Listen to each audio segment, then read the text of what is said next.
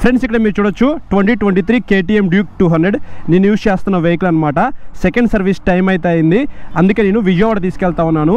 So హైవేలో నేను vehicle పక్కన పార్క్ చేసి మీకు వీడియో అయితే రికార్డ్ చేస్తా ఉన్నాను అనమాట. నాతో పాటు పండు అయితే ఉంది.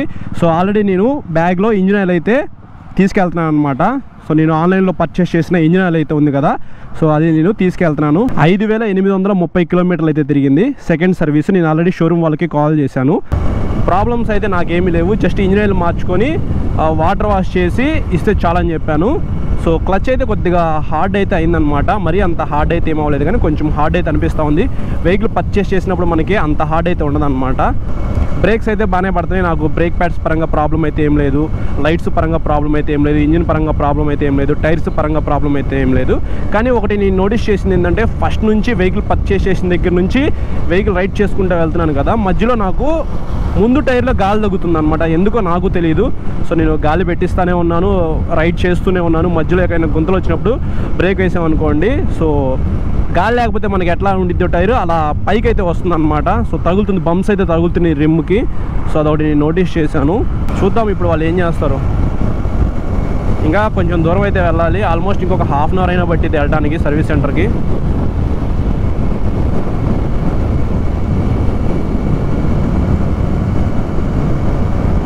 ఇంజిన్ రిఫైన్మెంట్ అయితే బట్రీ స్మూత్ ఉంది బ్రో నాకు. అంటే ఇది ఒక టైప్ ఆఫ్ స్మూత్ అనమాట. MT-15లో ఉన్నంత స్మూత్ అది వేరు, ఆ స్మూత్నెస్ వేరు, ఈ స్మూత్నెస్ వేరు. ఇది DOHC ఇంజిన్ స్మూత్నెస్ అనమాట.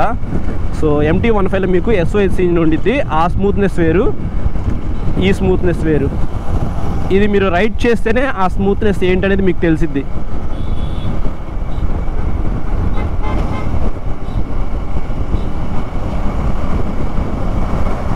ఇంక నుంచి నేను కొన్ని వ్లాగ్స్ అయితే రికార్డ్ చేద్దాం అనుకుంటున్నాను KTM Duke 200 మీద సర్వీస్ అయిపోయిన తర్వాత. సో డైలీ వ్లాగ్స్ చేయమంటారా వద్దా అనేది కింద కామెంట్స్ చేయండి.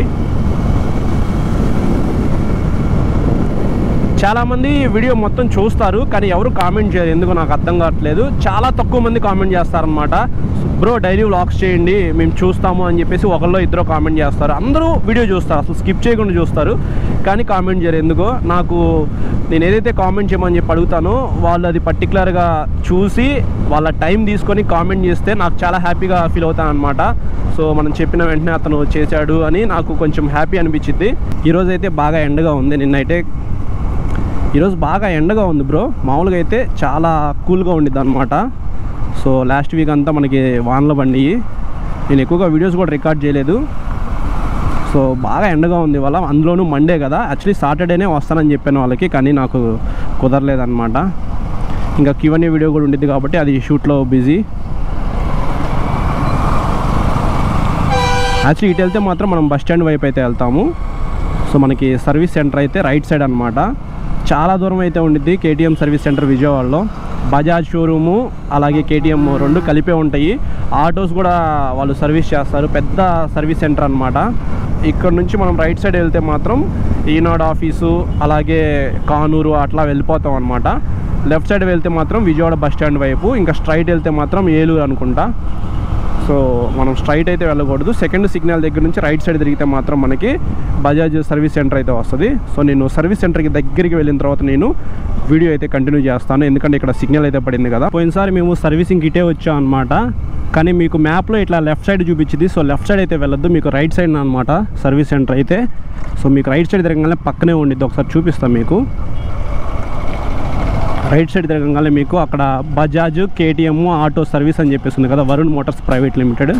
సో ఇదన్నమాట మీకు, ఇది ఇక్కడ చూడొచ్చు బజాజ్ అని చెప్పేసి ఉంది.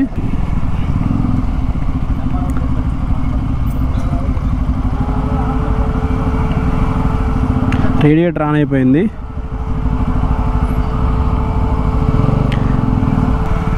సో స్టార్టింగ్ రాగానే నెంబర్ రిజిస్టర్ చేసుకుంటారనుకుంటా. సో ఇంకా ఇక్కడికి వచ్చాను. మేడంకి ఫోన్ చేయాలి ఒకసారి, మేడంకి ఫోన్ చేసి నేను కనుక్కుంటా. సో ఇక్కడ చూడొచ్చు మీకు, మనకి చాలా చిన్న సర్వీస్ సెంటర్ అనమాట ఇది. ఇక్కడ చూసారా యాక్సిడెంట్ అయిన వెహికల్.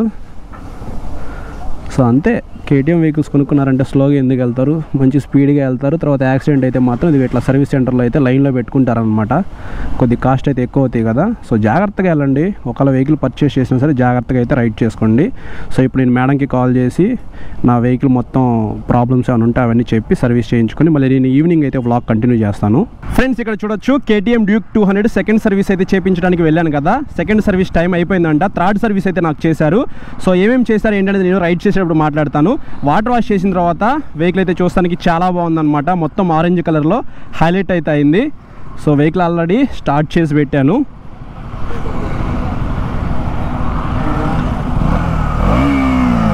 ప్రస్తుతానికి లో ఫ్యూల్ వార్నింగ్ లైట్ అయితే వెలిగింది. నేను పెట్రోల్ కొట్టించాలి.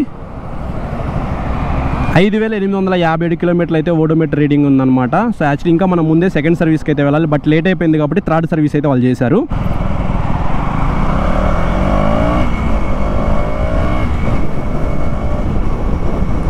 యాక్చువల్లీ వెహికల్ అయితే ఇప్పుడు స్మూత్గా ఉందన్నమాట. ఎందుకంటే కొత్తగా ఇంజిన్ ఆయిల్ పోసారు కాబట్టి ఖచ్చితంగా స్మూత్ అయితే ఉండిద్ది. అందులో డౌట్ అయితే ఏమీ లేదు. క్లచ్ అయితే కేబుల్ బాగానే ఉందన్నారు. సో కొంచెం హార్డ్ అయితే అనిపిస్తూ ఉంది బ్రో నాకు. ఒకసారి మారిస్తే కేబుల్ కొత్తది వేసేసేమని చెప్పాను. అవసరం లేదు బ్రో, నెక్స్ట్ సర్వీస్లో మారుద్దాము, కేబుల్ అయితే బాగానే ఉందన్నారు. అందుకని నేను అది మార్పించలేదన్నమాట. ఇంజిన్ ఆయిల్ మనం తీసుకెళ్ళాం కాబట్టి దానికి ఛార్జ్ అయితే ఏం చేయలేదన్నమాట. సో ఆయిల్ అయితే పోసారు. 1.5 లీటర్స్ పట్టిద్దంట. మోటివ్లో 10W50 నేను ఇంజిన్ ఆయిల్ అయితే ఆన్లైన్లో పర్చేస్ చేసి తీసుకెళ్ళి వాళ్ళకి ఇచ్చాను. వాళ్ళు అయితే అది పోసేసేసారు. ఇంకా ఆయిల్ ఫిల్టర్ ఒకటి మార్చారనమాట. తర్వాత ఎయిర్ ఫిల్టరు, ఫ్యూయల్ ఫిల్టరు, ఇట్లా మొత్తం 3 ఫిల్టర్స్ అయితే మార్చారు. దానికి సంబంధించిన ప్రైజెస్ ఎంత అనేది నేను మీకు ఇక్కడ స్క్రీన్ మీద అయితే చూపిస్తున్నాను. సో అది ప్లస్ ఏంటంటే మనకి ఇప్పుడు రైనీ సీజన్ కాబట్టి వాన్లో ఎక్కడైనా వెహికల్ పార్క్ చేస్తే లోపలికి వాటర్ వెళ్ళినా సరే మనకి ఫ్యూయల్ ఫిల్టర్ పాడవకుండా ఒక లిక్విడ్ అయితే పోసారనమాట. ఇక్కడ మీరు చూడొచ్చు, స్క్రీన్ మీద అయితే చూపిస్తున్నాను. సో అదైతే పోసారు. దానికి అమౌంట్ అయితే ఛార్జ్ చేశారు. దాని తర్వాత ఇక్కడ మీరు చూడొచ్చు ఇలాంటి చైన్ స్ప్రే అయితే నాకు ఇచ్చారు. ఒకసారి వాళ్ళు చేసి ఇంకా 2 టైమ్స్ అయితే యూజ్ చేసుకోవచ్చు అని చెప్పేసి నాకు ఇచ్చారు. ఓవరాల్గా 900 రూపాయల లోపే నాకు బిల్ అయితే అయిందనమాట. ఒకవేళ మనం ఇంజిన్ ఆయిల్ వాళ్ళ దగ్గరే పర్చేస్ చేసినట్లయితే ఇంకొక 1400 దాకా అయితే అయ్యేది. సో ఇదన్నమాట second service or third service cost అనమాట కేటీఎం డ్యూక్ 200కి. ఒకవేళ 125 పర్చేస్ చేసినా, 200 పర్చేస్ చేసినా, 390 పర్చేస్ చేసినా సరే మీకు ఫ్రీ సర్వీస్ కాస్ట్ అయితే ఇట్లా ఉండిద్ది అనమాట. సో నేను ఇంకా డెడికేటెడ్గా ఈ వెహికల్కి సంబంధించిన ఓనర్షిప్ రివ్యూ చేస్తాను. దాంట్లో క్లియర్గా మాట్లాడుకుందాము. అసలు మెయింటెనెన్స్ ఎంత ఉండిద్ది, మైలేజ్ ఎంత వస్తుంది, పికప్ ఎలా ఉంది, అసలు ఈ వెహికల్ గురించి క్లియర్ కట్గా నేను ఇన్డెప్త్ రివ్యూ అయితే ఇస్తాను అనమాట. అతి త్వరలో మీకు ఆ వీడియో కూడా వస్తుంది. అది మీరు చూడాలనుకుంటే మాత్రం మన ఛానల్కి సబ్స్క్రైబ్ చేసుకొని పక్కన బెల్ ఐకాన్ అయితే క్లిక్ చేసి పెట్టుకోండి.